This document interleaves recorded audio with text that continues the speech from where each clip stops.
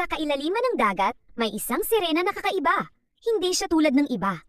Sapagkat sa halip na isang buntot lamang, siya ay may dalawa. Parang mga paa na naging buntot. Dahil dito, madalas siyang pagtawanan, tuksuhin at maliitin ng kapwa niyang mga sirena. Hindi ka tunay na kabilang sa amin, ang lagi nilang sinasabi. Hanggang sa dumating ang araw na nais na nila siyang paalisin sa kaharian.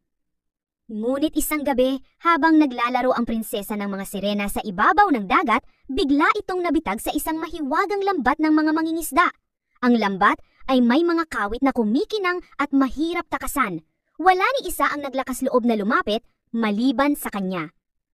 Ginamit niya ang kakaibang lakas ng kanyang dalawang buntot upang mapunit ang lambat at mapalaya ang prinsesa. Halos wala ng oras, ngulit dahil sa kanyang tapang, nailigtas niya ito.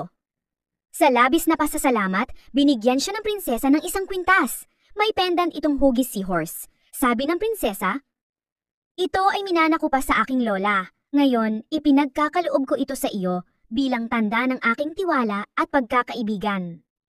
Ngunit kahit tinanggap niya ang regalo, hindi pa rin nawala ang pangungutya ng iba. Gabi-gabi, mag-isa siyang umiiyak sa kailaliman ng dagat. Hanggang isang gabi, sa sobrang lungkot, mahigpit niyang niyakap ang kwintas. Hindi niya namalayan na ang pendant ay tumukpat sa kanyang mga labi. Bigla itong kumislap ng maliwanag at sa isang iglap, ang nakaukit na seahorse ay nabuhay, kumikislap at lumalangoy sa kanyang harapan.